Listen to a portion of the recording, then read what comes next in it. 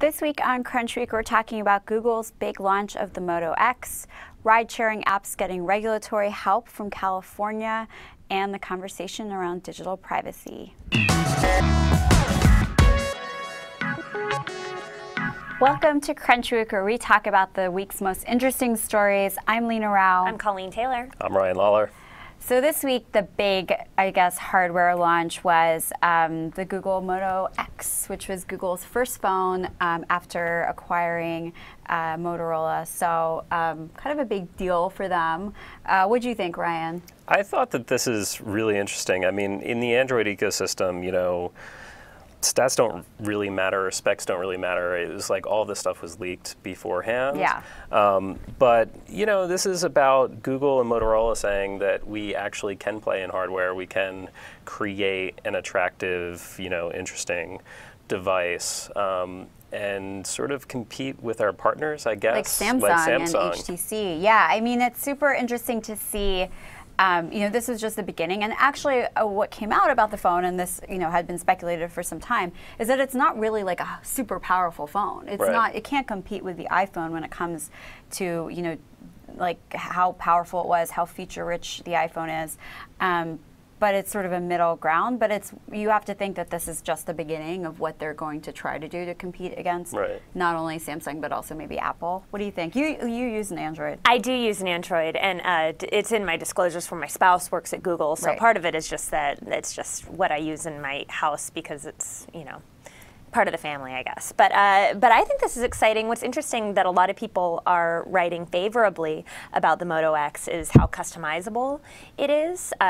Chris Velasco, our writer who wrote about the launch of the Moto X, thought that was a good thing. There are a lot of different things that you can do to make this customizable, which is kind of the polar opposite of what the iPhone is. The iPhone is this one device. It looks the same. Everybody has it. That white outside of it is kind of a status symbol in its own way or whatever. But you have like a bunch of colors that the phone can come in, right? Different colors on the outside, and then also the apps that you use on the inside. The function of the phone itself is highly customizable. So I think it's interesting that that's seen as an attractive thing now to people.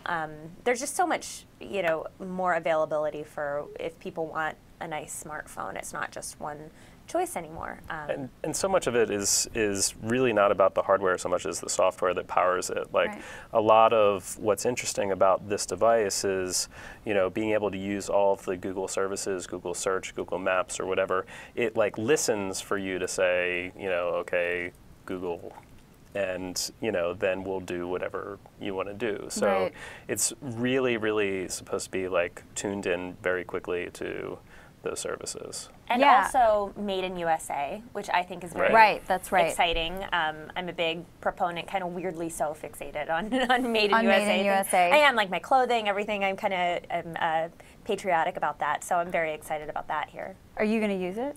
I still have my Nexus 4, which I just got earlier this year, which I love. But I don't know. I'm excited to see it in person. I don't know if I'm going to buy one. Awesome. Well, Ryan, you covered some interesting news in the whole world of ride sharing this week around regulatory frameworks. Tell us about that. So the California PUC, which is the regulator that deals with taxi and limo services in California, issued proposed regulations which would sort of legitimize ride sharing in the state. It basically creates another framework like black car limo services or like taxis, but just for these ride-sharing services like Lyft and Sidecar. I mean, I think that's just like super, it's just a kind of a turning point, I think, for a lot of these apps, right? Because now you're seeing different regulatory frameworks being developed for them, as, they were really battling with these like commissions and things like that. And you have to think like other states will hopefully adopt that. I mean, Uber and Lyft and all these other are probably hoping that, but. Yeah, I mean, it's so much of it is jurisdiction by jurisdiction.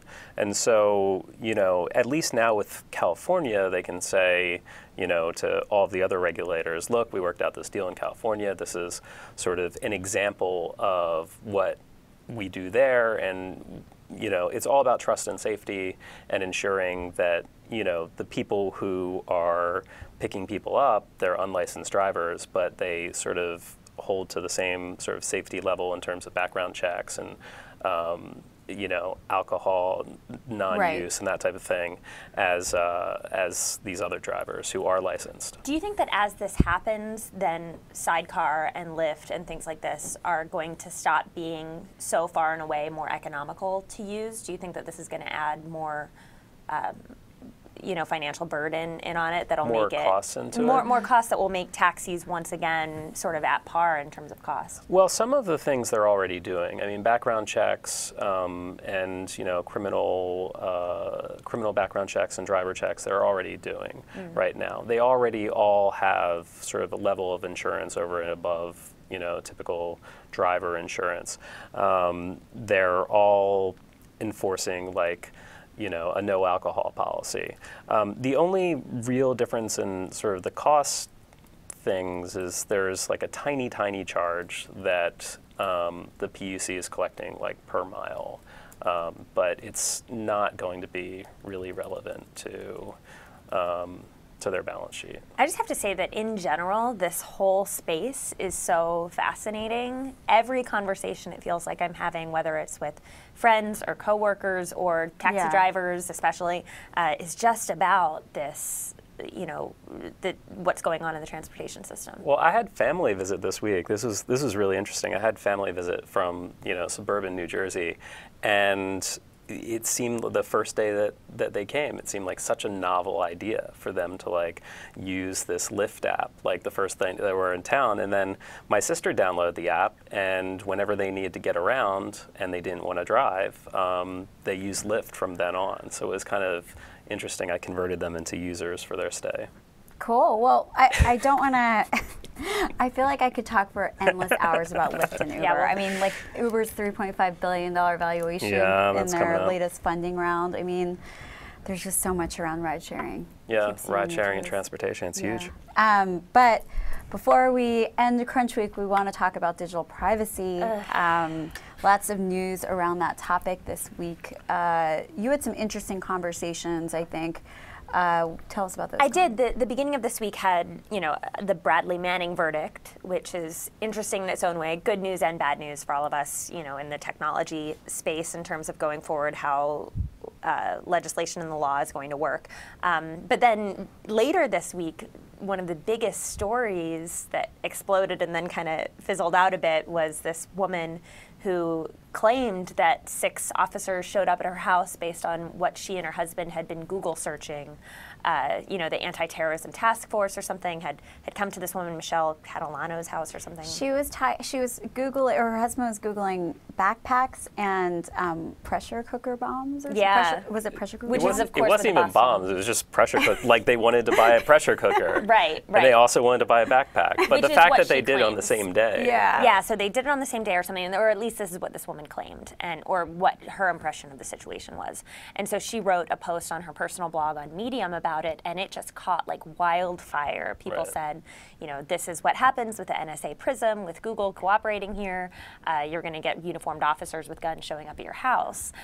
But then our own Alexia actually picked up the phone and called the her local police department in Long Island, and it turns out that that's not exactly the case, that this was actually a tip directly from her husband's former employer, who had seen his search history, which did actually include pressure cooker bombs, which was what the Boston bombers used. And so it's a news story, but they were worried about this and maybe some other things or something, so they tipped off the police. So it wasn't that Google was sending your stuff. Which just raises the conversation on how much are your employers looking at your searches? I know, I have an AOL laptop. Is yours an AOL laptop? Yeah, this is an AOL laptop. I don't know, maybe. But that has always really been the case. That your true. Employer looks at things, and people have been fired for these things all the time. Right. But I think it also shows the way that this Medium post really took off. Yeah. Shows how skeptical everybody is of companies like Google, now because of this. In wake of the NSA. Exactly, in wake of the NSA PRISM thing. And so we're all just now assuming that that's what's happening, and we're scared about it. Right. But this particular story seems to have fizzled out a little bit because it turns out that it was a false alarm. But I think the fact that it took off the way it did, and so many people were quick to believe that this was spying, and that the terrorism police are watching, everything you do.